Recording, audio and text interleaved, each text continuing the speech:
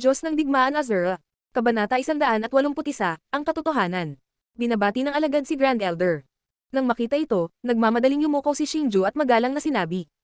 Ang Supreme Elder ay hindi lamang lolo ni Li Xiaohan, ngunit siya rin ang boss ng Yufeng Pavilion. Sa makatuwid, si Xingju ay hindi nang ahas na maliitin ng Supreme Elder. Haha, sabi ko, brat, hindi ba medyo mali na tawagin siyang Supreme Elder? Matapos marinig ang mga salita ni Xingju, tumawa ng malakas ang Supreme Elder. Gayunpaman, pagkatapos marinig ang mga salita ng Grand Elder, medyo nalito si Xingju. Napaisip siya, nagkamali ba ako sa iyo? Dapat mo akong tawaging lolo, tama. Nang makita ang nalilitong ekspresyon ni Xingju, ngumiti ang Supreme Elder at sinabi. Ang kanyang orihinal na matalas na mga mata ay napuno ng kahinahunan sa sandaling ito. Ako si Xingju, pagbati, lolo. Matapos marinig ang mga salita ng Supreme Elder, ang nalilitong mukha ni Xingju ay agad na tuwang-tuwa. Mabilis siyang yumuko at magalang na sinabi. Dahil ang ibig sabihin nito ay alam na at nakilala na ng Supreme Elder ang relasyon nina Xingju at Li Xiaohan. Paanong hindi matutuwa si Xingju tungkol dito? Hahaha. Sige, bumangon ka na. At ang aksyong ito ni Xingju ay nanalo rin sa pabor ng Supreme Elder. Kaagad, dali-dali niyang tinulungan si Xingju na bumangon ng may ngiti. Xingju, sumama ka sa akin, may sasabihin ako sa'yo. Matapos tulungang tumayo si Xingju, biglang nagbago ang ekspresyon ng Supreme Elder. Sinabi niya kay Xingju na may tame time na ekspresyon, pagkatapos ay dumiretso sa bulwagan. Matapos makita ang pagbabago sa Supreme Elder, bahagyang kumunat ang noo ni Xingju, ngunit pagkatapos ng ilang sandali ng katahimikan, nagmamadali pa rin siyang sumunod. Pagkapasok sa bulwagan, sinenyasan ng Supreme Elder si Xingju na maupo sa tabi niya. Sa sandaling ito, ang ekspresyon ng Supreme Elder ay medyo solemn na. Xingju, ang sinabi sa iyo ni Xiaohan noon ay talagang hindi totoo. Pagkatapos ng ilang sandali ng katahimikan, dahan-daang sinabi ng Great Elder kay Xingju. Matapos marinig ang sinabi ng Great Elder, nabigla si Xingju. Narinig pala ng Great Elder ang lahat ng sinabi sa kanya ni Li Xiaohan. Gayunpaman, ang higit na ikinagulat niya ay tila may isa pang dahilan para sa mga magulang ni Li Xiaohan. Kaagad, pinakinggan niya ng mas mabuti ang pagsasalaysay ng Grand Elder. Noon, isang sinaunang relic ang natuklasan sa Boundless Sea Region. Ang edad ng sinaunang relic na iyon ay talagang napakaluma. Nahulaan ng mga tao na maaaring ito ay mula sa sinaunang panahon.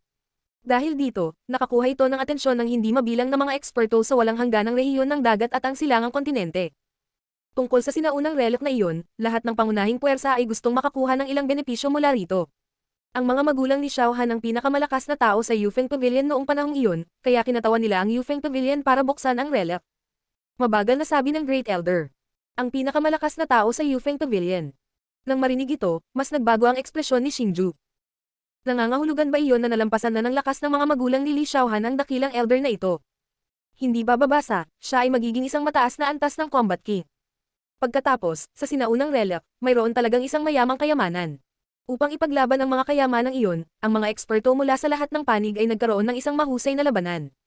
Ang labanan na iyon ay masasabing napakatindi, at maraming eksperto ang nahulog sa labanang iyon. Noon din sa labanang iyon nasugatan ng mga magulang ni Xiaohan ang dakilang elder ng Nangang Nobles. Nang maglaon, dumating ang Nangang Nobles upang sugpuin ang Yufeng Pavilion dahil doon. Gayunpaman, noong panahong iyon, ang Nangang Nobles ay talagang hindi magkatugma para sa Yufeng Pavilion. At ang pagkamatay ng mga magulang ni Xiaohan ay walang kinalaman sa Nangang Nobles. Ang lahat ng ito ay dahil sa kayamanang natagpuan nila sa relic. Isa itong kaluluwa. Pagkasabi nito, hindi maiwasan ng Great Elder na tumingin kay Xingju na may kakaibang tingin. Kaluluwa. Matapos marinig ang katagang ito, nagulat din si Xingju. Ang kaluluwa ay isang bihirang bagay sa mundo. Noon, napakalakas ng Soul Eater Clan, ngunit nakakolekta lang sila ng ilang kaluluwa. Hindi niya inaasahan na makikita ng mga magulang ni Xiaohan ang isa sa relic. Sa orihinal, imposibleng pinuhin ng isang kaluluwa. Gayunpaman, sa relic, nakakita sila ng kakaibang lihim na manual. Hindi lamang itinala ng lihim na manual ang paraan upang pinuhin ng isang kaluluwa, naitala din ito ang paraan ng paglilinang ng kaluluwa. Ipinaliwanag muli ng dakilang elder. Ang paraan upang pinuhin ng isang kaluluwa. Ang pamamaraan ng paglilinang ng kaluluwa. Kung nagulat si Xingju noon, lubos siyang nabigla pagkatapos marinig ito. Ang pagdadalisay ng kaluluwa at ang paraan ng paglilinang ng kaluluwa. Hindi ba ito isang bagay na ang Soul Eater Clan lang ang makakagawa? Bakit nagkaroon ng ganitong paraan ng paglilinang sa mundong ito? Hindi kaya ninuno ng Soul Eater Clan ang may-ari ng relic? Sa sandaling iyon, si Xingju ay ganap na bulag. Kung gusto niyang malaman ang sagot, maaari lamang niyang ipagpatuloy ang pakikinig sa Great Elder. Pagkatapos nito, upang makuha ang kapangyarihan ng kaluluwa, sinimulan ng mga magulang ni Xiaohan na pinuhin ang kaluluwa ayon sa manual. Gayunpaman, ang kapangyarihan ng kaluluwa ay masyadong malakas. Sa huli, ang ama ni Xiaohan ay hindi nakayanan ang malakas na sampal at namatay. Gayunpaman, ito ay tiyak na dahil dito na ang Soul Essence ay napino. Pagkatapos noon, ginamit ng ina ni Xiaohan ang lahat ng kanyang lakas para ilipat ang kapangyarihan ng kaluluwa mula sa katawan ng ama ni Xiaohan sa katawan ni Xiaohan. Kaya naman napaka-espesyal ng soul power ni Xiaohan. Pagkatapos lang ng pagkamatay nilang dalawa, dumating ang Nangang Nobles para supilin tayo. Kaya naman, ginamit ko ang dahilan na nagpakamatay silang dalawa para umalis sila. Pagkatapos noon, hindi lamang ang mga Nangang Nobles ang naniniwala na ito ay totoo, maging ang mga tao sa Yufeng Pavilion ay itinuring ito bilang katotohanan. Bukod sa akin at sa lola ni Xiaohan, ikaw lang ang nakakaalam nito. Makahulugang tiningnan ng dakilang elder si Xingju. Lolo, may kailangan po ba kayong gawin? Nang marinig ito, naunawaan ni Xingju ang intensyon ng Great Elder. Hindi siya nagpakatanga at nagkusa na magtanong. Ngayong lumaki na si Xiaohan, oras na para malaman niya ang totoo. Gayunpaman, hindi ko nakita si Xiaohan sa loob ng maraming taon. Hindi magandang sabihin sa kanya ito ng personal. Kaya naman, gusto kong hiramin ang iyong bibig para ipasa ang mensahe. Nang makita ang reaksyon ni Xingju, ang Great Elder ay tumanggo sa kanyang ulo bilang kasiyahan. Huwag kang mag-alala, ipaubaya mo sa akin ang bagay na ito. Matapos marinig ang mga salita ng dakilang elder, tinapik ni Xingju ang kanyang dibdib at nanumpa. Ma'am, napakatalino mo, ipauubaya ko sa iyo ang bagay na ito. Walang oras para mawala. Bukas, pumunta ka at sabihin kay Xiaohan ang tungkol dito. Pagkatapos, dalhin mo siya sa Tongtian Peak. May iba pa akong sasabihin sa iyo. Pagkatapos sabihin iyon, ang figure ng Supreme Elder ay kumislap at sumanib sa kalawakan, naiwan si Xingju, na hindi pa nakakabawi mula sa kanyang pagkabigla. Kinaumagahan ng sumunod na araw, sinunod ni Xingju ang mga tagubili ni Elder Tian at tumakbo sa palasyo ni Li Xiaohan. Ikinwento niya ng buong detalye ang lahat ng nangyari. Matapos marinig ang katotohanan, naging mas maluwag ang ekspresyon ni Li Xiaohan. Halata na ang buhol sa kanyang puso ay naalis na. Nang makitang maayos si Li Xiaohan, dinala siya ni Xingju sa Sky Piercing Peak kung saan siya pumayag na makipagkita sa Supreme Elder. Sa ibaba ng Tongtian Peak, ang dakilang elder ay nakatayo habang nasa likod ang kanyang mga kamay. Parang may iniisip siya habang nakatingin sa malayo. Baka sa kanyang lumang mukha ang kaba. Lolo. Sa sandaling ito, isang matamis na boses ang biglang umalangaw sa likod ng Great Elder. Medyo mahiyain at medyo nanginginig ang boses na ito. Ngunit gayunpaman, pagkatapos marinig ang boses na ito, ang orihinal na kinakabahang mukha ng dakilang elder ay napuno ng kagalakan. Bukod dito, ang kanyang ngiti ay napakatalino. Pagkatapos, sa tulong ni Xingju, nagsimulang mag-chat ang lolo at apo. Nang maglaon, ang kanilang relasyon ay nauwi sa pagiging malapit. Pagkatapos ng lahat, ang dugo ay mas makapal kaysa sa tubig. Kahit first time nilang magkita, hindi mapipigilan ang feelings na nagmula sa iisang bloodline. Lolo, nasaan ang lola ko? Matapos mag-chat ng ilang sandali, biglang naisip ni Li Xiaohan ang kanyang lola. Kaagad, tinanong niya ang dakilang elder na puno ng pag-asa. Haha, nung pinapadalisay ng mga magulang mo ang espiritu, tutol ang lola mo. Ako naman, pinanatili ang pananahimik ko. Pagkatapos ng nangyari sa mga magulang mo, nagalit sa akin ang lola mo at umalis sa Yufeng Pavilion. Sa lahat ng mga taon na ito, naglalakbay ako sa labas para hanapin ang kinaroroonan mo lola. Ilang oras na ang nakalipas, sa wakas ay nalaman ko na ang iyong lola ay naninirahan sa pag-iisa sa panloob na isla ng Endless Sea Region. At ngayon, pinapanta ko kayong dalawa dito dahil sa lola nyo. Noong namatay ang mga magulang mo, iginiit ng lola mo na may mali sa secret manual. Kaya, bago siya umalis, kinuha niya ang secret manual. Gayunpaman, ang paraan ng espiritual na pagsasanay na naitala sa lihim na manual na iyon ay talagang napakalakas. Kung matagumpay mong makabisado ito ay magbibigay daan sa inyong dalawa na lubos na mapabuti ang inyong lakas. Nang magsalita siya sa puntong ito, hindi mapigilan ng dakilang elder ang kanyang matalim na tingin kay Xingju. Medyo napahiya si Xingju. Ito pala ay nakita na ng dakilang elder sa pamamagitan ng pagiging natatangi ng kanyang kaluluwa. Dapat ay natuklasan ito noong siya ay nasa Netherworld Empire. At sa pagkakataong ito, gusto kong hanapin ninyong dalawa ang inyong lola at magmakaawa sa kanya na ituro sa inyo ang pamamaraan ng paglilinang na iyon. Patuloy na pagsasalita ng dakilang elder. Tama, gusto kong hanapin niyo ang lola niyo. Habang nagsasalita siya, ang Great Elder ay kumuha ng isang piraso ng papel at ibinigay ito kay Li Xiaohan. Ito ang address ng lola ni Li Xiaohan sa panloob na isla. Matapos matanggap ang papel, nagtatakang nagtanong si Li Xiaohan. Lolo, hindi ka ba sasama sa amin? Hindi ako sasama. Parang hindi ako gustong makita ng lola mo. Bukod dito, ang pamilya Nangang ay dumanas ng malaking kawalan sa pagkakataong ito. Sa palagay ko ay hindi nila hahayaang magpahinga ang bagay na ito. Kaya, kailangan kong bantayan sandali ang Yufeng Pavilion. Nakangiting sabi ng Great Elder. Lolo, hindi ba ang pinakamalakas na Great Elder ng pamilya Nangang ang pinatay ng mga magulang ni Xiaohan? Mayroon pa kayang makakapagbanta sa Imperial Wind Pavilion ko. Nang makita ito, nalilitong tanong ni Xingju. Sa totoo lang, ang pinakamalakas na tao sa pamilya Nangang ay hindi ang Great Elder o ang kasalukuyang Palace Master. At siya ay Nangang Shuyo. Nang marinig ang tanong ni Xingju, sinabi ng Great Elder ang bawat salita. Nangang Shuyo. Ito kaya ang henyo ng pamilya Nangang. Si Xingju ay hindi pamilyar sa terminong ito, ngunit masasabi niyang ito ay pangalan ng babae. Kaya naman, mabilis niyang naisip ang henyong alagad na kinatatakutan ng lahat. Diyos ng Digmaan Azura. Kabanata 182, Aroma Pavilion. Tama. Si Nangang Shuyo ang pinakanamumukod tanging henyo ng pamilya Nangang sa nakalipas na daang taon. Ang talento sa paglilinang ni Nangang Shuyo ay mailalarawan lamang bilang nakakatakot. Noon, mas malakas pa siya kaysa sa mga magulang ni Little Han. Higit pa rito, halos 20 taon na siyang nag-iisa. Pakiramdam ko, sa kanyang talento, hindi siya mahihirapang makapasok sa antas ng Combat Emperor. Nang marinig ang tanong ni Xingju, dahan-daang nagpaliwanag ang Supreme Elder. Ang kanyang mga salita ay puno ng isang pambihirang pahiwatig ng takot. Matapos marinig ang mga salita ng kataas-taasang elder, kapwa si Xingju at Li Xiaohan ay medyo natakot kay Nangang Shuyo. Sa ngayon, malayo pa sila sa pagiging maihahambing kay Nangang Shuyo. Ang cultivation talent ninyong dalawa ay mas malakas kaysa kay Nangang Shuyo. Higit pa rito, pareho kayong nagtataglay ng napaka-espesyal na soul force. Hanggat naglilinang ka ng maayos, ang iyong mga tagumpay sa hinaharap ay walang limitasyon. Nang makita ang gulat na ekspresyon ni Xingju at Li Xiaohan, ngumiti ang Supreme Elder at pinasigla sila. Matapos marinig ang mga salita ng Supreme Elder, bahagyang ngumiti sina Xingju at Li Xiaohan. Sa kanilang mga puso, pareho silang may kumpiyansa. Pagkatapos noon, nagkwentuhan silang tatlo saglit sa ibaba ng Through Heaven Peak. Matapos magbigay ng ilang tagubilin ang Supreme Elder kina Xingju at Li Xiaohan, nagtungo sina Xingju at Li Xiaohan patungo sa panloob na isla ng Boundless Sea Domain. Una, gustong sundan ni Xiaolong si Xingju sa Boundless Sea Domain. Gayunpaman, nang marinig niya na gustong magtanim ni Xingju, agad siyang nawalan ng interes. Kaya naman, pinayagan niya sina Xingju at Li Xiaohan na magkaroon ng sariling mundo. Pagkatapos umalis ni Xingju at Li Xiaohan, sa wakas ay nakarating sila sa Inner Island ng Boundless Sea Domain pagkatapos ng 3 buwang paglalakbay. Ang panloob na isla ng Boundless Sea Domain ay ilang beses na mas malaki kaysa sa panlabas na isla. Bagamat tinawag itong panloob na isla, hindi pagmamalabas na tawagin itong isang kontinente. Noong una, gustong bisitahin ni Xingju si Uncle Pan sa Coiling Dragon Union. Gayunpaman, nalaman niya kalaunan na ang punong tanggapan ng Coiling Dragon Union ay talagang mas malayo kaysa sa address ng lola ni Xiaohan. Kaya naman, nagpasya siyang bisitahin muna ang lola ni Xiaohan. Anyway, hindi naman siya nagmamadaling bumalik. Pagkatapos bisitahin ng lola ni Xiaohan, bibisitahin niya si Uncle Pan. Pagkatapos nito, naglakbay sina Xingju at Li Xiaohan sa panloob na isla para sa isa pang buwan, at sa wakas ay nakarating sa isang lungsod na tinatawag na Bright Moon City. Bagamat maunlad ang lungsod, hindi ito gaanong kalaki. Sa daan ng Moon City, sina Xingju at Li Xiaohan ay napuno sila ng pag-asa.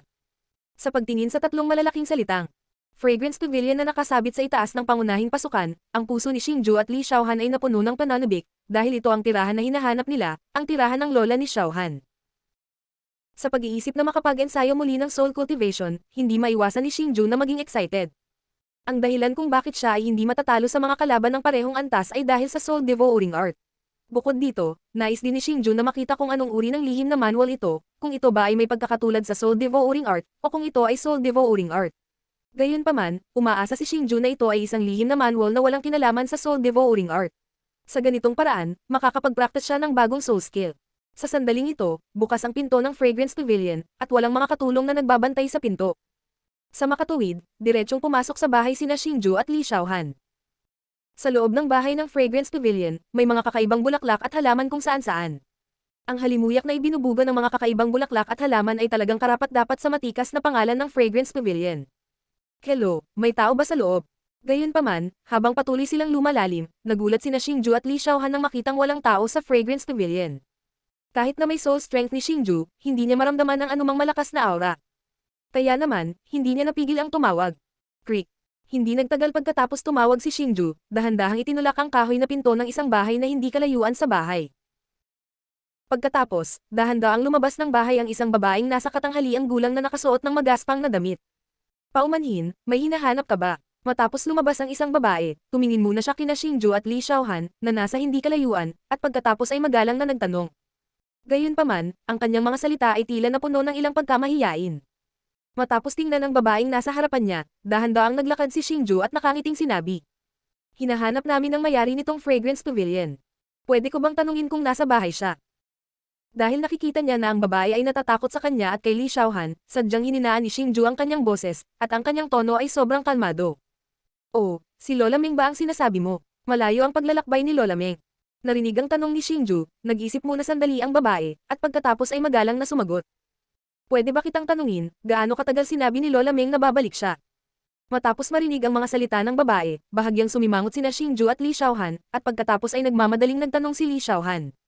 Ewan ko dito, hindi nabanggit ni Lola Meng nung umalis siya. Bukod dito, si Lola Meng ay madalas na naglalakbay sa mahabang panahon.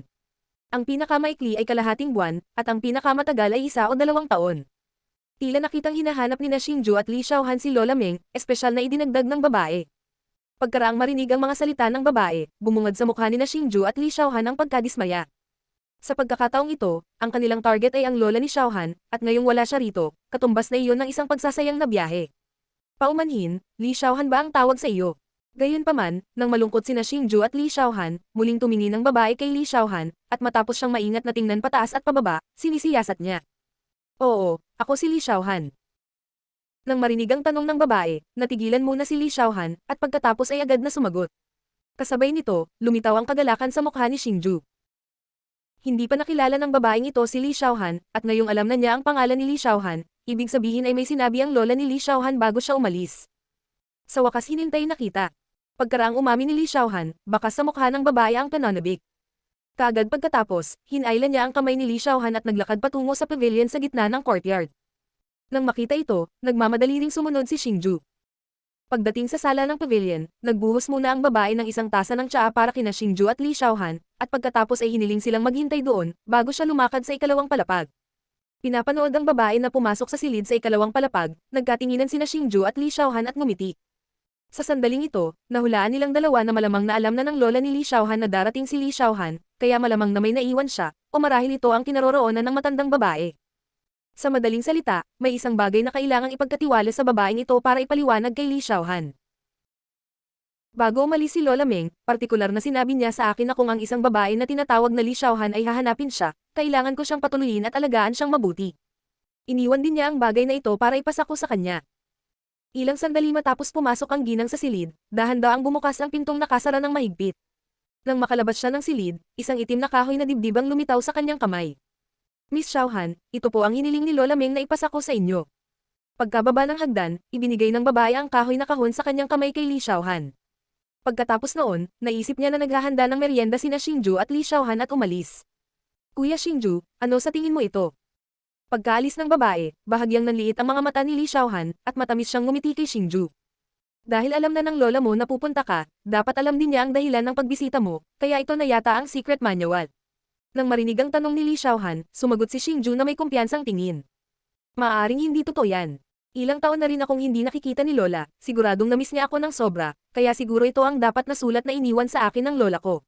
Matapos marinig ang sagot ni Xingju, ibinuga ni Li Xiaohan ang kanyang maliit na bibig at sumagot. Hehe, tapos naglakas loob ka bang tumaya? Nang makita ito, ang mukha ni Xingju ay puno ng pilyong ngiti. Anong pusta? Sasamahan kita. Tanong din ni Li Xiaohan na puno ng curiosity ang mukha. Kung tama ang hula ko, bibigyan kita ng halik. Nang makitang sumang-ayon si Li Xiaohan, tumawa si Xingju nang walang takot. Kung mali ang hula mo, kakagaitan kita ng malakas. Nang makita ito, ibinuga ni Li Xiaohan ang kanyang maliit na bibig at nagkunwaring mabangis. Gayunpaman, sa mga mata ni Xingju, ang kanyang kasalukuyang anyo ay mas kaibig-ibig. Matapos magpanggap na mabangis kay Xingju, dahan-daang binuksan ni Li Xiaohan ang takip ng kahon na gawa sa kahoy, at pagkabukas ng takip, mayroong isang bahagyang simple at walang palamuti na libro na nakahandusay sa kahoy na kahon. Hahaha, halika, ikis mo ako. Pagkatapos basahin ang libro, mas masayang tumawa si Xingju. Pagkatapos, inilipat niya ang kanyang mga labi sa malambot na pisngi ni Li Xiaohan. Ngunit nang malapit nang magtagumpay si Xingju, kumislap ang figure ni Li Xiaohan, naiiwasan ang flying kiss ni Xingju. Pagkatapos, ibinuka niya ang kanyang bibig na puno ng pilak ng ngipin, at marahas na kumagat sa balikat ni Xingju. Ang biglaan at hindi inaasahang pagbabagong ito ay nakakabighani kay Xingju. Sa oras na natuklasan niyang may mali, ang mga pilak ng ngipin ni Li Xiaohan ay marahas na kinagat ang kanyang balikat. Di nagtagal, isang nakakasakit ng pusong miserable na sigaw ang lumabas mula sa pavilion, na patuloy na umaalingaw sa loob ng fragrance pavilion na ito. Xiaohan, bakit hindi mo matanggap ang iyong pagkatalo? Matapos makagat ni Li Xiaohan, hinimas ni Xingju ang kanyang balikat, at sinabing puno ng hinanakit ang mukha. Hihihi. Sinong nagsabi na natalo ako? Si Kuya Xingju ang natalo. Kung hindi ka naniniwala, tingnan mo. Nakikita ang ekspresyon ni Xingju, hindi mapigilan ni Li Xiaohan na mapangiti ng matamis. Pagkatapos, iniabot niya ang sinaunang libro sa kanyang kamay kay Xingju. Matapos matanggap ni Xingju ang libro, mabilis niyang binuklat ito. Napagtanto niya na ang aklat na ito ay hindi nagtala ng isang espiritual na paraan ng paglilinang, ngunit isang sinaunang kwento. Ito pala ay storybook. Paano ito? Kumbinsido ka na ba ngayon? Nakikita ito, bahagyang itinaas ni Li Xiaohan ang kanyang baba, at sinabing may pagmamalaki na mukha. Gayunpaman, hindi tumugon si Xingju sa mga salita ni Li Xiaohan. Sa halip, mahigpit niyang hinawakan ang sinaunang libro sa kanyang kamay, at dahan-daang ipinikit ang kanyang mga mata. Nang makita niya ang hitsura ni Xingju, ang maliit na bibig ni Li Xiaohan ay kumaibot, at galit siyang bamulong. Hoy, hindi ka maaaring maging isang masakit na talunan, tama ba? Gayunpaman, sa pagkakataong ito, hindi pa rin tumugon si Xingju sa mga salita ni Li Xiaohan. Nakapikit lang siya, parang nakatulog. Nanatili siya sa ganitong estado sa loob ng kalahating oras, at ang sulok ng kanyang bibig ay nabaluktot sa isang nasasabik na arko. Kuya Xingju, anong problema? Nang makita ang kasalukuyang kalagayan ni Xingju, medyo nag-alala si Li Xiaohan. Sa sandaling ito, dahan-daang iminulat ni Xingju ang kanyang mga mata, at agad na ibinigay ang libro kay Li Xiaohan. Xiaohan, ibuhos mo ang iyong espiritual na lakas sa aklat na ito. Matapos marinig ang mga salita ni Xingju, bagamat hindi naiintindihan ni Li Xiaohan, natanggap pa rin niya ang aklat, at sinunod ang mga tagubilin ni Xingju at ibinuhos ang kanyang espiritual na lakas sa aklat. Biglang bumukas ang mahigpit na nakapikit na mga mata ni Li Xiaohan, at ang dalisay niyang mukha ay napuno ng pagtataka. Diyos ng Digmaan Azura. Kabanata 183, Kalasag ng Kaluluwa. Kuya Xingju, paano mo nalaman ang paraan ng pagbabasa ng lihim na manual na ito? Pagkatapos ng ilang sandali ng sorpresa, nagtanong si Li Xiaohan na may pagdududa. Kasi naka-encounter ako ng ganyang secret manual dati. Nang marinig ang tanong ni Li Xiaohan, tumawa si Xingju. Bagamat alam na ni Li Xiaohan at ng iba pa na napaka-espesyal ng soul power ni Xingju, ayaw ni Xingju na sabihin sa kanila ng maaga ang tungkol sa Spirit Eater Clan. Kung tutusin, kung sasabihin niya ito sa kanila, hindi nila siya matutulungan at magiging pabigat pa. Kuya Xingju, sa tingin mo kompleto na ba itong sikretong manual na ito? Naririnig talaga ni Li Xiaohan ang perfunctory na kahulugan sa mga salita ni Xingju, ngunit ayaw niyang magtanong ng marami tungkol sa mga bagay na ayaw sabihin ni Xingju, dahil alam niyang may sariling dahilan si Xingju para hindi sabihin sa kanya. Tulad ng sinabi ng iyong lola, ang paraan ng lihim na manual na ito ng pagpino sa soul essence ay talagang hindi kumpleto. Sa tingin ko ay dapat mayroong higit sa isang lihim na manual, at malamang na mayroon pang isa. Nang marinig ang tanong ni Li Xiaohan, dahan-daang ipinaliwanag ni Xingju ang kanyang opinyon. Ngayon lang, naitala na ni Xingju ang lahat ng nilalaman ng lihim na manual na ito sa kanyang isipan. Matapos ikumpara ito sa Soul Devouring Technique, nalaman niya na kahit na ang paraan ng lihim na manual na ito ng pagpino ng Soul Essence ay napaka-misteryoso, hindi talaga ito perpekto. Hindi ba't ibig sabihin nito ay hindi natin ito maaaring pagyamanin? Matapos marinig ang mga salita ni Xingju, tila nadismaya si Li Xiaohan. Bagamat dumating si Li Xiaohan sa Inner Island sa pagkakataong ito para makita ang kanyang lola, ito ay para linangin din ang soul skill sa secret manual na ito. Bagamat espesyal ang kaluluwa ni Li Xiaohan, hindi niya talaga alam kung paano ito gamitin. Bagamat nakuha niya ang isang paraan upang madagdagan ang kanyang lakas sa pamamagitan ng Soul Force sa isa sa kanyang mga sesyon ng pagsasanay, makakaranas siya ng matinding backlash sa tuwing gagamitin niya ito. Nang maglaon, nalaman niya mula sa kanyang master na ang soul skill na ginamit niya ay tinatawag na soul burn, isang paraan na kumukonsumo sa sarili niyang habang buhay, kaya hindi niya ito gagamitin maliban kung ito ay isang kritikal na sandali. Sa pagkakataong ito, natural na inaabangan ni Li Xiaohan ang pagkakataong matuto ng soul skill. Gayunpaman, ngayong alam na niya na may problema sa secret manual na ito, natural na medyo nadismaya siya. Xiaohan, ang paraan para pinuhin ang soul essence sa manual na ito ay talagang hindi kumpleto. Gayunpaman, ang paraan upang linangin ang soul armor ay kumpleto na. Maaari natin itong linangin. Nang makita ang ekspresyon ni Li Xiaohan, nasabi ni Xingju kung ano ang nasa isip niya at nagmamadaling nagpaliwanag. Ang soul armor ay ang tanging soul skill na naitala sa manual bukod sa pagpino sa soul essences. Sinasabi na hanggat matagumpay na nalilinang ng isang tao ang soul armor, hindi lamang tataas ang bilis, depensa, at lakas ng isang tao, maaari pa itong labanan ang special shackles ng isang mandirigmang Battle King. Sa pangkalahatan, ang soul armor na ito ay katulad ng soul explosion ni Xingju. Gayunpaman, mayroong ilang mga pagkakaiba. Ang soul explosion ay maaaring magpataas ng lakas ng isang tao, ngunit ang soul armor na ito ay mas katulad ng isang martial arts technique. Maaari itong gumanap ng isang pansuportang papel. Talaga. Ang galing. Matapos marinig ang mga salita ni Xingju, ang orihinal na malungkot na mukha ni Li Xiaohan ay agad na nasa sabik. Para sa kanya, ito ay talagang magandang balita. Xiaohan, bagamat kumpleto na ang paraan upang linangin ang soul armor, hindi madaling linangin ito. Mas pamilyar ako sa pagkontrol sa kapangyarihan ng kaluluwa, kaya hayaan mo muna akong linangin ito. Kapag nagtagumpay ako, magkakaroon din ako ng maraming karanasan. Sa oras na iyon, mas madali para sa iyo na linangin ito. Sinabi ni Xingju nang makita ang masayang ekspresyon ni Li Xiaohan. Matapos marinig ang mga salita ni Xingju, si Li Xiaohan ay nanatiling tahimik ng ilang sandali bago bahagyang tumanggo.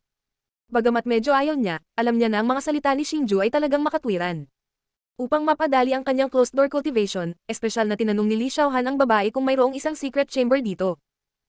Noon lang niya nalaman na mayroon talagang isang misteryosong rock secret chamber sa Fragrance Pavilion na ito. Marahil, ito ang lugar kung saan karaniwang nililinang ng lola ni Xiaohan. Natural, ang lugar na ito ay natural na naging lugar kung saan nililinang ni Xingju. Bago pumasok sa closed-door cultivation, sadyang pinakawalan ni Xingju ang dalawang armored men at hayaan silang bantayan ang secret chamber. Pagkatapos ng lahat, sa panahon ng closed-door cultivation, ang pinakabawal ay abalahin. Upang maiwasan ang anumang aksidente, ang dalawang nakabaluti na lalaking ito ang naging pinakamahusay na pagpipilian upang bantayan ang lihim na silid. Noong mga araw na si Xingju ay nasa closed-door cultivation, si Li Xiaohan ay tila hindi mapakali. Kung tutuusin, noon ay masasabing pumanaw na ang kanyang mga magulang dahil sa lihim na manual. Sa makatuwid, araw-araw, pumupunta siya sa lihim na silid ng ilang sandali. Bagamat hindi niya makita si Xingju, naramdaman ni Li Xiaohan na sa ganitong paraan, mas magiging malapit siya kay Xingju, at ang kanyang puso ay magiging mas magaan. Pagkatapos ng closed-door cultivation ni Xingju, isang buong 2 buwan ang tahimik na lumipas. Habang patuloy na lumilipas ang oras, si Li Xiaohan ay tila lalong hindi mapalagay, ngunit hindi siya nang ahas na abalahin si Xingju. Tahimik lang siyang naghihintay, tinitiis ang panloob na paghihirap sa kanyang puso. Sa araw na ito, gaya ng dati, ang dalawang nakabaluti na lalaki ay parang mga estatwa na hinagis mula sa bakal, na hindi gumagalaw sa harap ng sikretong silid. Nakaupo si Li Xiaohan sa isang malaking bato hindi kalayuan sa secret chamber. Paminsan-minsan, titingin siya sa secret chamber, at sa itim niyang mga mata, may bahid ng pag-aalala. Sa sandaling ito, sa labas ng sikretong silid, si Li Xiaohan ay sabik na naghihintay. Sa lihim na silid, si Xingju ay nakaupo na naka-cross-leg na nakapikit. Sa pagitan ng kanyang mga kamay, may kakaibang selyo. Sa sandaling ito, bagamat tila kalmado si Xingju sa ibabaw, ang maitim na kaluluwa sa kanyang katawan ay parang isang malaking alon, na mabilis na umaalingaw. Matapos ang madilim na kaluluwa ay lumundag saglit, unti-unti itong umikot sa paligid ng Qixi sa mabilis na bilis, at sa wakas ay nagsimulang sumanib sa Qixi. Kasabay nito, nagsimula ring magbago ang Qixi ni Xingju at nagsimulang lumiit ng marahas. Buksan. Biglang bumukas ang nakapikit na mga mata ni Xingju, at kasabay nito, isang alon ng pabago-bago ng hangin ang sumabog sa kanyang katawan. Pagkatapos noon, isang layer ng dark energy ang lumabas sa kanyang katawan. Ang layer ng enerhiya na ito ay parang armor na damaykit sa damit ni Xingju. Matapos lumitaw ang layer ng enerhiya na ito, ang ordinaryong itim na damit ni Xingju ay tila naging armor. Maraming magagandang pattern ang lumitaw, at ito ang tila mahinang layer ng enerhiya na naglalabas ng texture na libu-libong beses na mas mahirap kaysa sa Mysterious Iron. Soul Armor, nagtagumpay ako sa wakas. Matapos umanga sa maitim na espiritual na baluti sa ibabaw ng kanyang katawan ng may kasiyahan, umindayog ang katawan ni Xingju. Sumanib siya sa kalawakan at nawala. Ang ganitong uri ng liksi ay higit sa 3 beses na mas mabilis kaysa sa dati niyang bilis. Sa sandaling ito, nakaupo si Li Xiaohan sa bato, tinitingnan ng lihim na silid kung saan naroon si Xingju. Ngunit sa sandaling ito, ang sensitibong lakas ng kaluluwa ni Li Xiaohan ay nagparamdam sa kanya na may pagbabago sa espasyo sa likod niya, ngunit nang siya ay lumingon siya, laking gulat niya nang wala siyang makita. Xiaohan. Nang mataranta si Li Xiaohan, biglang umalangaw ang boses ni Xingju sa kanyang likuran. Paglingon niya, nagulat si Li Xiaohan nang makitang may tao sa likod niya. Sa sandaling ito, nakatayo si Xingju sa kanyang harapan na may ngiti sa kanyang mukha. Bukod dito, mayroong isang layer ng dark energy na parang armor sa ibabaw ng katawan ni Xingju.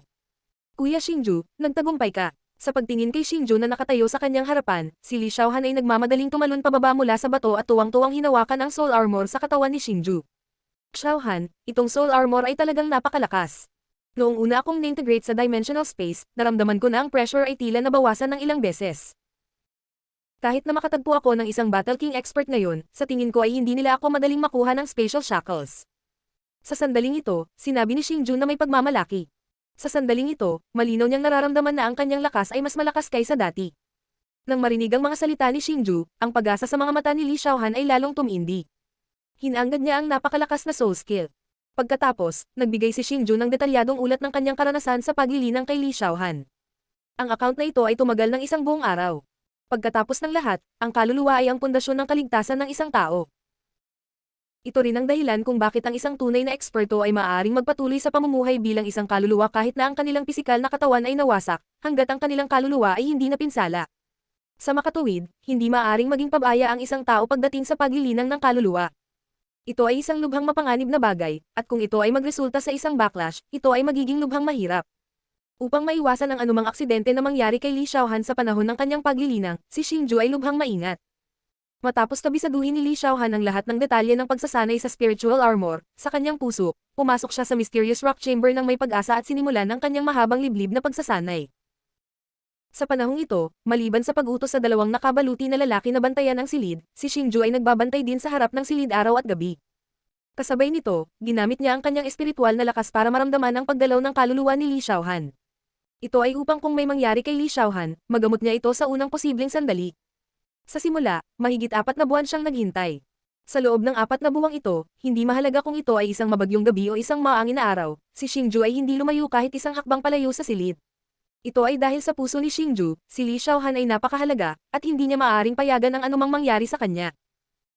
Sa closed-door cultivation ni Li Xiaohan, sa wakas ay bumuti ang sitwasyon. Sa pamamagitan ng pangunawa ng kanyang kaluluwa, alam ni Xingju na malapit nang magtagumpay si Li Xiaohan. Boom boom boom. Gaya ng inaasahan ni Xingju, ilang araw pagkatapos matukoy ni Xingju na malapit nang magtatagumpay si Li Xiaohan, ang mabigat na batong pinto ng mahigpit na nakasara na Black Rock Chamber ay dahan-daang bumangon. Matapos tumaas ang pintong bato, lumabas si Li Xiaohan na puno ng kagalakan ng mukha. Ang ibabaw ng kanyang snow white dress ay kasalukuyang natatakpan ng isang layer ng maputlang berdeng energy body. Ang mapatla berdeng katawan ng enerhiya na ito ay natatakpan ng napakarilag na mga pattern. Kasama ng maliwanag na kulay, ito ay mas napakarilag kaysa sa soul armor ni Xingju. Sa pagtingin sa berdeng armor na nagbubuga ng mahinang liwanag sa ilalim ng sikat ng araw, alam ni Xingju na sa wakas ay nagtagumpay si Li Xiaohan. Diyos ng Digmaan Azura. Kabanata 184, ako si Xingju. Kuya Xingju, nagtagumpay ako. Nang makita ni Li Xiaohan si Xingju, nagmamadali siyang tumakbo sa harap ni Xingju at tuwang-tuwang sinabi. Makikita kung gaano siya kasaya mula sa kanyang maliit na kulay rosas na mukha. Sa pagkakataong ito, humigit kumulang 5 buwan si Li Xiaohan, na higit sa doble ng oras na ginugol ni Xingju. Gayunpaman, para sa isang tulad niya na hindi pa nakakagawa ng soul cultivation dati, ito ay napakabilis. Kuya Xingju, mahigit kalahating taon na tayo dito, pero hindi pa bumabalik ang lola ko. Dahil nagtagumpay na tayo sa ating pagtatanim, bakit hindi natin iwan ang ating kinaroroonan at puntahan muna ang tiyopan mo? Sa sala ng pavilion, ngumiti si Li Xiaohan kay Xingju. Nanatili sina Xingju at Li Xiaohan sa Fragrance Pavilion ng higit sa kalahating taon. Kahit nakaaya-aya ang halimuyak ng Fragrance Pavilion, medyo nakakatamad pa ring manatili dito palagi. Hindi naging madali para sa kanilang dalawa na magkaroon ng pagkakataon na magkatuluyan at pareho nilang gustong maglakad-lakad. Gayunpaman, alam ni Li Xiaohan na hindi nararapat para kay Xingju na sabihin ito, kaya siya ang nagkusa na sabihin ito. Nang marinig ang mga salita ni Li Xiaohan, natural na pumayag si Xingju. Pagkatapos noon, nagpaalam silang dalawa sa babae at iniwan ang kanilang kinaroroonan sa lola ni Li Xiaohan, saka nagmamadaling pumunta sa direksyon ng Coiling Dragon Association. Ang panloob na isla ng Endless Sea Region ay napakalaki. Ang pinakamaikling paglalakbay mula sa Fragrance Pavilion hanggang sa Coiling Dragon Association ay isang buwang paglalakbay.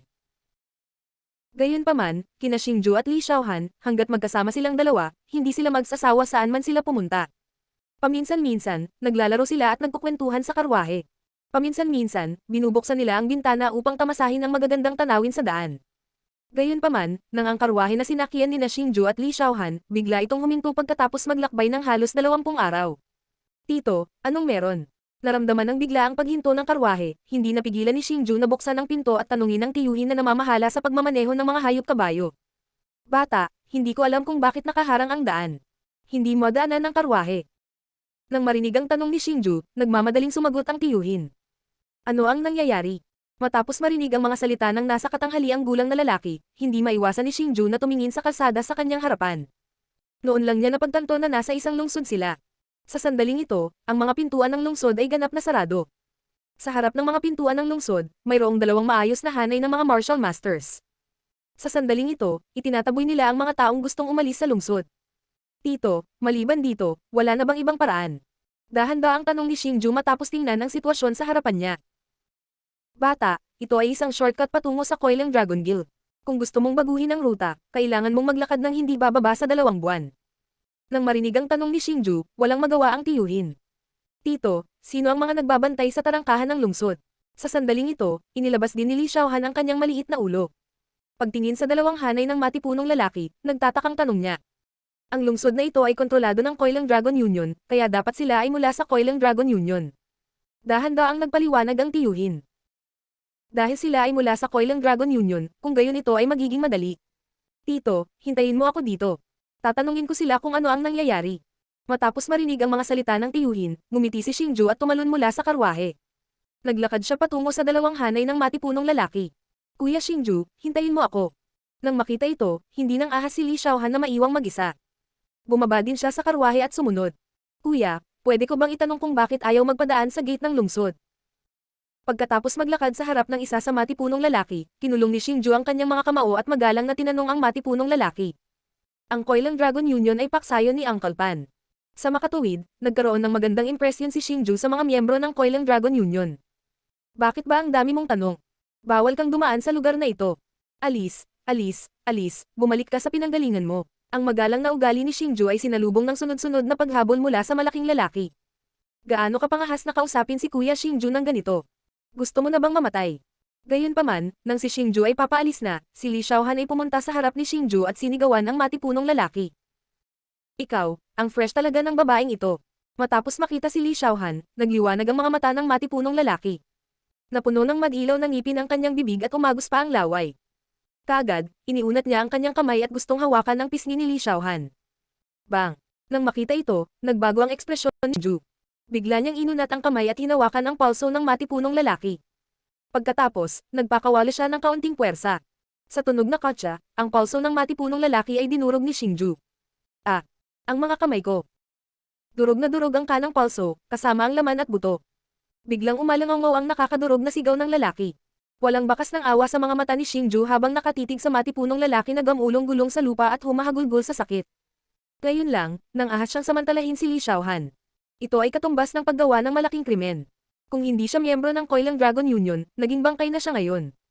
Gusto mong mamatay. Dahil sa biglaang eksena, natigilan ng ibang mga lalaki. Pagkatapos, mahigit 20 lalaki ang sumuntok kay Xingju at Xingzuan na may mga walang kwentang pangil at nakanganga na mga kuko. Bamantong hininga, ang pagpukaw sa Coilang Dragon Union dito ay talagang naghahanap ng kamatayan. Nang makita ito, ang ilan sa mga dumaraan ay tumingin kay Xingju ng may habag. Ang mga miyembro ng Coilang Dragon Union sa lungsod na ito ay napakalabis. Kung sino man ang nangahas na saktan sila, sila ay magiging napakasama. Gayunpaman, sa pagharap sa 20 matipunong lalaki na galit na umaatake sa kanya, malamig na bumuntong hininga si Xingju. Nakatayo siya doon habang nasa likod ang mga kamay. Hindi gumagalaw ang katawan niya. Nang dumating lamang ang mga pag-atake ng matipunong mga lalaki ay biglang kamandat ang itim na damit ni Xingju. Ang aura ng isang mid-level na martial god ay pinakawalan ng walang anumang pagpigil. Isang hindi nakikitang aura ang lumabas mula sa katawan ni Xingju na parang isang hindi nakikitang bagyo. Bang, bang, bang, bang, bang. Ang aura ni Xingju ay parang isang malakas na pag-atake. Mabangis nitong hinampas ang mga katawan ng matipunong lalaki na nagpalipad sa kanila. Pagdating nila sa lupa, nagluwa sila ng malalaking subo ng dugo. Sa sandaling ito, ang kanilang mga mukha ay sobrang putla. Lahat sila ay tumingin kay Xingju ng walang kapantay na takot. Bilang martial masters, kitang-kita nila ang malakas na aura ni Xingju. Sa harap ng napakalakas na aura, hindi banggitin ang paggalaw ng kanilang mga katawan, maging ang paghinga ay napakahirap. Sa sandaling ito, alam nila na naprovoke nila ang isang tao na hindi nila dapat gawin. Kung ikukumpara sa takot ng matipunong lalaki, ang mga karaniwang tao sa gilid ay natulala. Malinaw nilang nakita ang pagbitay, ngunit hindi gumagalaw ang kanilang mga katawan, gayunpaman, ang matipunong lalaki ay lubhang nasugatan. Sa sandaling ito, may mga taong lumilingon pa sa mga matipunong lalaki dahil pakiramdam nila ay tiyak na ibang tao ang umatake kanina. Sampal, sampal, sampal, sampal. Malakas talaga itong kapatid na ito. Sa sandaling ito, ilang sampal ang umalangaw sa likod ni Xingju. Tumingon siya at nakita niya ang isang 2 metrong taas, may magandang katawan na nasa katanghaliang gulang na lalaki na naglalakad patungo kay Xingju na nakangiti. Ang lakas ng matipunong lalaking ito ay aktwal na umabot sa antas ng isang mid-level na martial god. Tsaka may ilang lalaki na nakasunod sa likod niya. Ang kanilang lakas ay talagang umabot sa antas ng Wuzun. Tila sila ang tunay na dalubhasa sa lungsod na ito. Itong maliit na kapatid, salamat sa pagpapakita ng awa at pagligtas sa buhay ng aking mga mangmang na nasasakupan. Nang lumakad siya sa harapan ni Xingju, pinagsalikop ng lalaki ang kanyang mga kamay at medyo magalang na sinabi. Sa sandaling ito, ganap na nalantad ang aura ni Xingju bilang isang mid-level na martial god. Natural na alam niya na kung gusto ni Xingju na patayin ang kanyang mga nasasakupan, magiging kasing dali ng pagtapak ng langgam. Nagbigay na siya ng mukha sa hindi pagpatay sa mga ito. Ikaw ang boss nila. Napataas ang kilay ni Xingju sa sinabi ng lalaki at walang pakialam na sinabi. Naramdaman ni Xingju na ang lalaking ito ay isa ring mid-level na martial god. Gayunpaman, dahil sa kalidad ng matipunong mga lalaki mula noon, si Xingju ay walang magandang unang impresyon sa kanilang pinuno.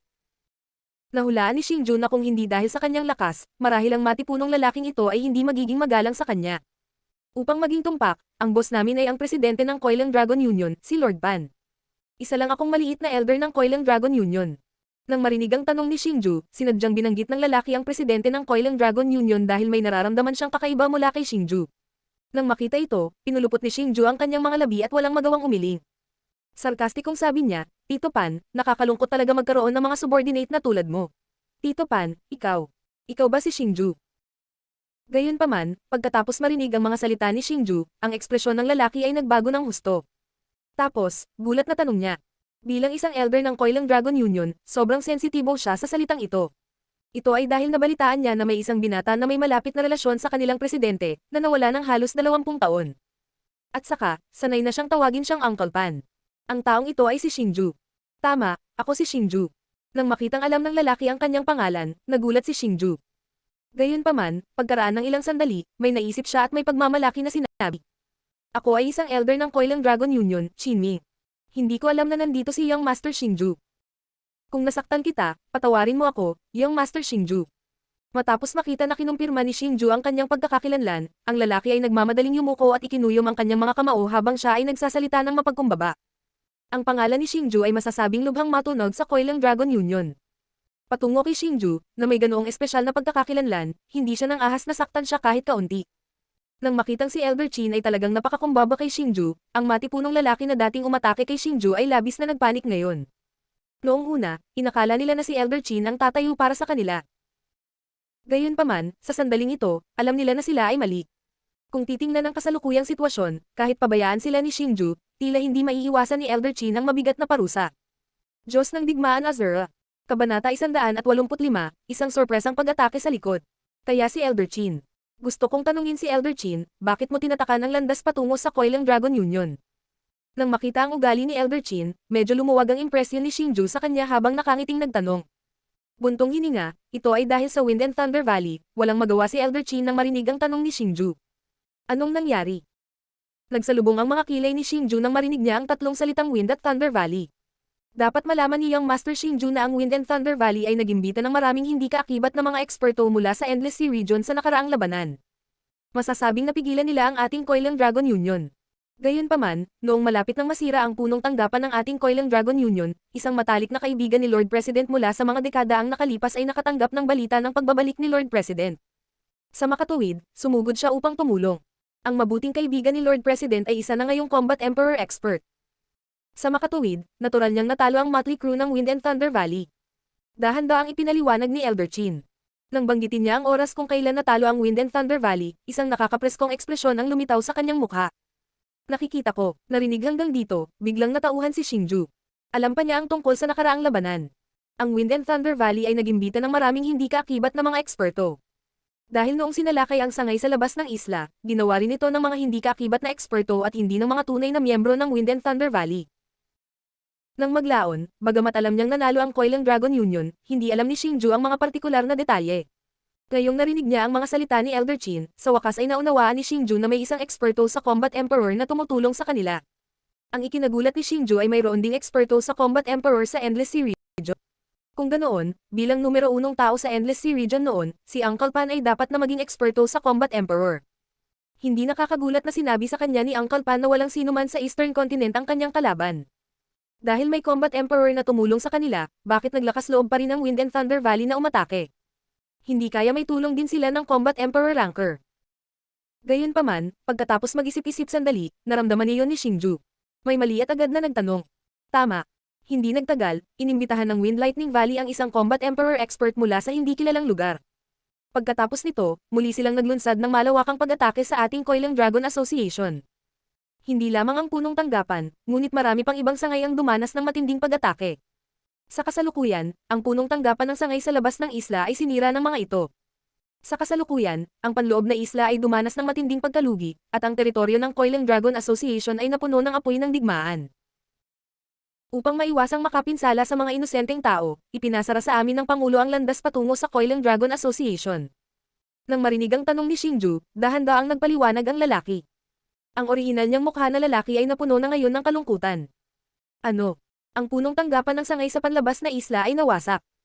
Pagkatapos marinig ang mga salita ni Elder Qin, ang ekspresyon ni Xingju ay nagbago ng husto. Dapat malaman ng isang tao na si Old Kang, Xiao Chen, Su Linier, at ang iba pa ay nasa punong tanggapan ng sangay. Iyang Master Xingju, hindi mo kailangang mag-alala. Magaling ang iyong mga kaibigan. Nahulaan na ng Pangulo na hindi papayag ang Wind and Thunder Valley na mangyari ang bagay na ito, kaya dinala na niya ang iyong mga kaibigan sa headquarters sa panloob na isla. Tila nakita ang pag-aalala ni Xingju, mabilis na nagpaliwanag si Elder Qin. Ganoon ba? Matapos marinig ang mga salita ni Elder Qin, ang sabik na ekspresyon ni Xingju ay nagsimulang bumuti. Hanggat maayos si Old Kang at ang iba pa, si Xingju ay natural na magiging kalmado. Elder Qin, guguluhin kita para buksan ang mga gate ng lungsod. Kailangan kong pumunta sa Coiling Dragon Association. Baka makatulong ako sa oras na ito. Sa sandaling ito, dahan-dahang sinabi ni Xingju. Dahil iyon ang kaso, kung gayon ay personal kong dadalhin si Young Master Xingju doon. Nang makita ito, naunawaan din ni Elder Qin ang iniisip ni Xingju at tuwirang sumangayon. Pagkatapos noon, hindi na nagdalawang isip silang tatlo na buksan ang gate ng lungsod. Personal na pinaandar ni Elder Qin ang beast carriage patungo sa headquarters ng Coiling Dragon Association. Sa ilalim ng mabilis na pagmamaneho ni Elder Qin, mabilis silang pumasok sa teritoryo ng Coiling Dragon Gang. Gayunpaman, noong nasa 100 milya pa sila mula sa punong tanggapan ng Coiling Dragon Gang, nakikita na nila ang apoy ng digmaan na nagninangas sa malayo. Iyang Master Xingju, mukhang ang Wind and Thunder Valley ay naglunsad ng malawakang pag-atake sa punong tanggapan ng ating Coiling Dragon Association. Kung pupunta tayo sa harapan, tiyak na makakaharap natin ang kanilang pangunahing puwersa. Sa oras na iyon, hindi ito magiging maganda. Bakit hindi tayo umakyat sa bundok at dumaan sa maliit na landas? Sa sandaling ito, dahan-dahang sinabi ni Elder Qin kay Xingju. Oo, mangyaring manguna, Elder Qin. Sa pagtingin sa patuloy na pagtaas ng usok sa malayo, bahagyang kumunat ang noo ni Xingju. Kaagad pagkatapos, magalang niyang sinabi kay Elder Qin. Ang punong tanggapan ng Coiling Dragon Association ay napapaligiran ng mga bundok sa tatlong panig. Maliban sa Battle Kings, kung gusto nilang maglunsad ng malakihang pag-atake, maaari lang silang umatake mula sa harapan. Gayunpaman, bilang isang elder ng Coiling Dragon Association, alam ni Elder Qin ang isang maliit na landas sa bundok na humahantong mula sa likod ng bundok hanggang sa punong tanggapan. Gayunpaman, ang maliit na landas na ito ay napakakipot, at imposibleng dumaan dito ang karwahe ng hayop. Kaya naman, naglalakad lang si Xingju at ang dalawa pa. Ang landas sa bundok na ito ay lubhang matarik at mahirap daanan. Kung ang isang ordinaryong tao ay tatahakin sa landas na ito ay magiging kasing hirap ng pag-akyat sa langit. Gayunpaman, naglalakad si Xingju at ang dalawa pa na parang naglalakad sa patag na lupa. Dahil nag-aalala sila na baka may mangyari kay Uncle Pan at sa iba pa, pinataas ni Xingju at ng dalawa pa ang kanilang bilis. Sa ilalim ng ganitong uri ng matinding bilis, mabilis na umakyat si Xingju at ang iba pa sa kailaliman ng bundok. Hindi sila kalayuan sa punong tanggapan ng Coiling Dragon Association. Gayunpaman, sa sandaling ito, biglang nagbago ang ekspresyon ni Xingju, na namumuno sa grupo. Kaagad pagkatapos, bigla siyang huminto sa pagsulong. Nang makita ito, nagmamadaling huminto sina Elder Qin at Li Xiaohan. Isa-isa nilang itinoon ang kanilang mga tingin kay Xingju, na nakatayo roon nang hindi gumagalaw. Iyang Master Xingju, anong problema? Sa sandaling ito, hindi mapigilan ni Elder Qin na magtanong sa kalituhan. Elder Qin, mayroon bang nagpapatrolya mula sa Coiling Dragon Association sa maliit na daanan sa likod ng bundok? Tumingon si Xingju at nagtanong pagkatapos ng ilang sandali ng katahimikan. Wala, bukod sa matataas na elder ng Coiling Dragon Association, walang ibang nakakaalam tungkol sa maliit na landas na ito sa likod ng bundok. Kaya naman, wala talagang nagpapatrol. Lalo na ngayong nasa isang mahusay na laban tayo, wala nang matitira dito. Nang marinig ang tanong ni Xingju, nagmamadaling sumagot si Elder Qin. Pambihira. May maliit na grupo talaga ng mga tao sa harapan natin. Bagaman tinago ng grupong ito ng mga tao ang kanilang aura, nakikita ko pa rin na lahat sila ay eksperto sa martial god. Matapos marinig ang mga salita ni Elder Qin, isiniwalat ni Xingju kung ano ang kanyang nakita. Isa pa, baka sa mukha niya ang pag-aalala. Dahil kung ang mga taong ito ay hindi mula sa Coiling Dragon Association, malaki ang posibilidad na sila ay mula sa Gale Thunder Valley. Ano? Iyang Master Xingju, totoo ba ito? Halos gaano karaming tao ang mayroon sila? Matapos marinig ang mga salita ni Xingju, ang ekspresyon ni Elder Qin ay nagbago ng husto. Dahil ang Coiling Dragon Association ay napapaligiran ng mga bundok sa tatlong panig, ang depensa ng pinto sa likod ay napakahina. Kung ang Gale Thunder Valley ay aatake mula sa likod na pinto, ito ay talagang masama. Mayroong humigit kumulang 20 tao, at hindi bababa sa 10 sa kanila ay umabot na sa antas ng isang mataas na ranggo na martial god. Dahan-daang sumagot si Xingju nang marinig niya ang tanong ni Elder Qin. 20 martial gods at 10 high-rank martial gods. Ito ay masama. Pagkatapos marinig ang mga salita ni Xingju, si Elder Qin ay naging mas balisa. Sa sandaling ito, kahit na gamitin niya ang communication talisman upang magpadala ng mensahe, walang anumang ekstrang puwersa na darating at tumulong. Gayunpaman, kung talagang mula sa Gale Thunder Valley ang grupong ito ng mga tao, hindi sila mapipigilan ng tatlo. Pagkatapos ng lahat, siya at si Xingju ay mga mid-rank na martial gods lamang. Bagamat hindi niya maramdaman ang lakas ni Li Xiaohan, nahulaan niya na sa edad ni Li Xiaohan, tiyak na hindi hihigit kay Xingju ang kanyang lakas. Elder Qin, huwag kang mataranta. Hindi alintana kung sila ay mula sa Gale Thunder Valley o hindi, malalaman natin kapag naabutan natin sila. Little Han, alis na tayo. Matapos makita ang hitsura ni Elder Qin, nagbigay si Xingju ng isang mahinang ngiti. Nang hindi hinintay ang tugon ni Elder Qin, ang kanyang katawan ay kumikislap at naging bug zone ng hangin habang siya ay sumugod sa maliit na daanan. Mabilis ding sumunod si Li Xiaohan sa likuran niya. Ito. Panoorin sina Xingju at Li Xiaohan na nawala sa dulo ng maliit na landas sa isang iglap, ang mukha ni Elder Qin ay napuno ng pagkabigla. Sa sandaling ito lamang niya napagtanto na sina Xingju at Li Xiaohan ay hindi nagpakita ng kanilang tunay na bilis kanina. Ang bilis ng ipinakita nilang dalawa kanina lang ay parang nahihiya siya. Sa sandaling ito, sa gilid ng bundok ng maliit na landas na ito, mayroong hindi bababa sa 20 tao na nakasuot ng iba't ibang kulay na nakasquat sa gilid ng landas. Masyadong mabagal ang brat na iyon mula sa Gale Thunder Valley. Bakit kailangan niya ng mahabang panahon para imbestigahan ang sitwasyon? Sa sandaling ito, isang matipunong lalaki na may makapal na balbas ay umuungol na walang pasensya. Hindi ba pwedeng tumahimik ka ng konti? May barrier sa paligid ng Coiling Dragon Guild. Imposibleng ma-detect ang lakas ng kanilang mga bantay sa soul. Maaari lang tayong mag-imbestiga ng mabuti.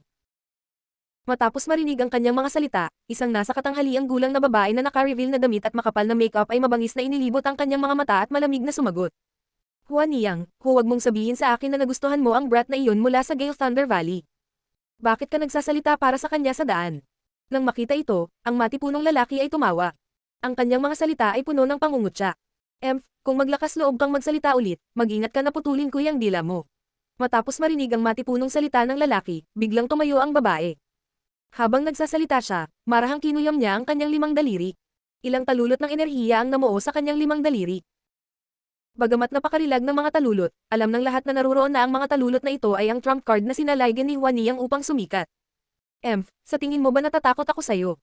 Nang makita ito, malamig na ngumuso ang matipunong lalaki. Kaagad pagkatapos, bigla niyang hinugot ang malaking talam sa likuran niya at sinaksak ito sa bato. Ang malaking talam ay 3 metro ang haba. Ang mga sinag ng liwanag ay nananatili sa kulay pilak na puting talam.